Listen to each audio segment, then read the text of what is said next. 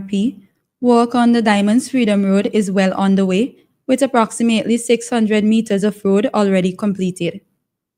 The project includes the construction of several driveways, critical drainage works, and retaining walls to improve safety and durability. Once completed, the newly constructed road will provide a direct link between the Diamonds community and Mount Brennan, significantly improving accessibility for residents and motorists.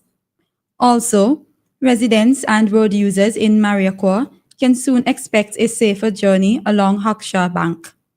Work is progressing steadily on the realignment of this critical roadway. Open box drains with slotted curbs are being constructed, and preparation is underway for extending the concrete road. By shifting the road away from the embankment, the project is about protecting lives and ensuring long-term resilience for the community. The ongoing work marks a major step toward better connectivity and infrastructure development in the areas. The Inter-American Institute for Cooperation on Agriculture, ICA, hosted its annual accountability seminar on Tuesday, July 15, 2025, at the French's House Conference Room. The seminar provided an update on ICA's activities supporting agricultural and rural development in St. Vincent and the Grenadines. The event is an essential part of the international accountability culture, ensuring transparency with national authorities, stakeholder organizations, groups, and individuals. The ceremony was chaired by Mr. Cuthbert Knight, Permanent Secretary within the Ministry of Agriculture, Forestry, Fisheries, Rural Transformation, Industry, and Labor. Remarks were given by ICA's representative in the Eastern Caribbean states, Mr. Greg Rawlins, Minister of Agriculture, Honorable Saboto Caesar, and the Chief Agricultural Officer, Mr. Renato Gomes. ICA's technical specialist, Mr. Michael Dalton, presented the 2024 annual report, which showcased the organization's contributions to the development of agriculture and rural life in 2024, and outlined strategic priorities for 2025 in St. Vincent and the Grenadines. Also in attendance were various beneficiaries of ICA's programs and initiatives who shared testimonials on how the support has positively impacted their lives and livelihoods. They also offered feedback and recommendations for future initiatives. Still on the local scene, Miriam Roach, President of the St. Vincent and the Grenadines Cooperative League, has been elected Assistant Secretary to the Board of Directors of the Caribbean Confederation of Credit Unions, CCCU. Ms. Roach will serve a 3-year term on the CCCU board. The election took place during the CCCU's 54th Annual General Meeting on June 24, 2025 in Punta Cana, Dominican Republic. The historic appointment marks the first time a Vincentian woman has been elected to the CCCU board in the 62-year history of the St. Vincent Cooperative League. Ms. Roach also holds the distinction of being the second female president of the league and was the longest-serving female president of the St. Vincent and the Grenadines Teachers Cooperative Credit Union. She brings to the CCU board a wealth of experience in credit union governance, regulatory compliance, and organizational leadership honed over decades of public service and community advocacy. Outstanding affiliate awards were also presented at the convention, as St. Vincent and the Grenadines was recognized with the award for the highest membership growth among CCCU affiliates. The CCCU is the regional trade and development organization for credit unions in the Caribbean, representing over 2.7 million members. On to news in the region. Former West Indies all-rounder Carl Hooper said Darren Sammy must take responsibility for the West Indies' woeful test results against Australia. This came as the Caribbean men were bundled out for the second lowest total in test history, in the third match against Australia in Jamaica.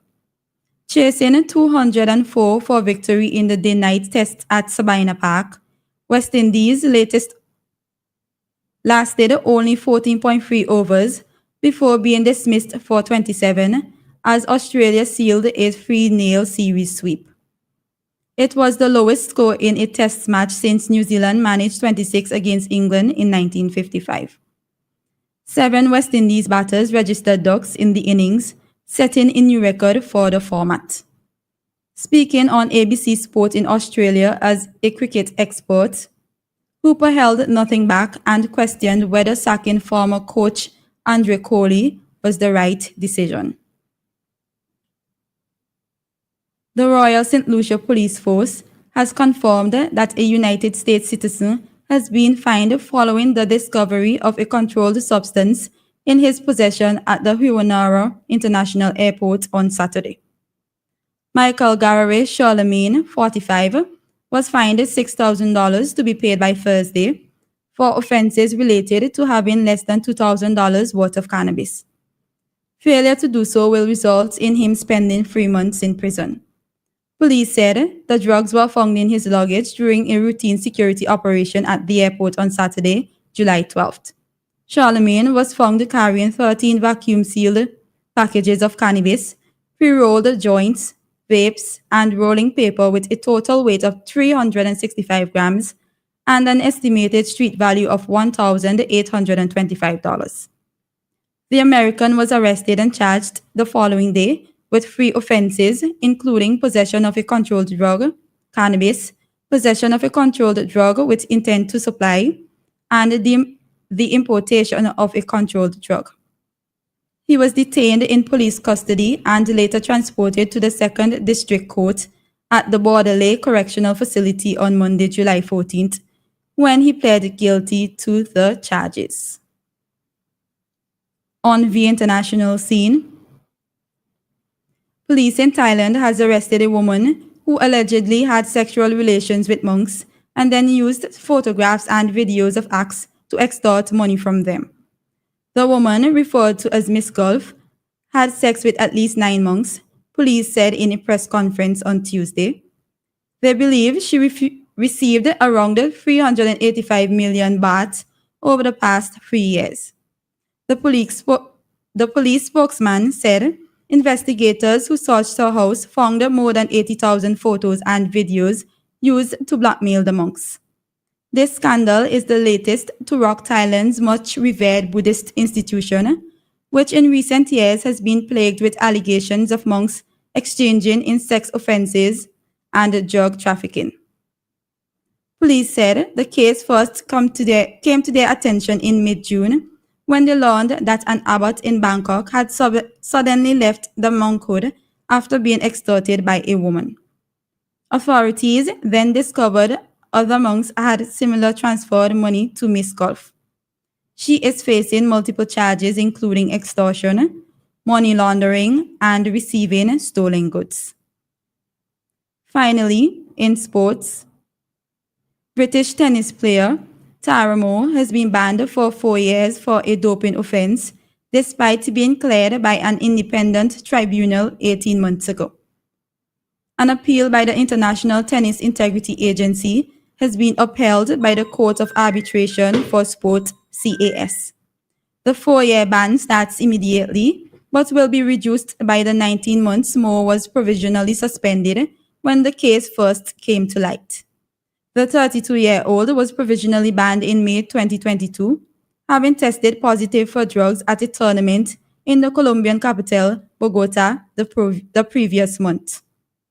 She returned to the tour in April 2024 and has played mostly in the ITF World Tour since. Following a hearing in March, this ruling from the CAS means she will not be free to play again until the start of the 2028 season. This has been VFM's Midday News. I have been your presenter, Shanika Stapleton. Join us again at 3 o'clock for VFM's 3 p.m. news. VFM's Midday News came to you with the kind compliments of Coach St. Vincent Limited.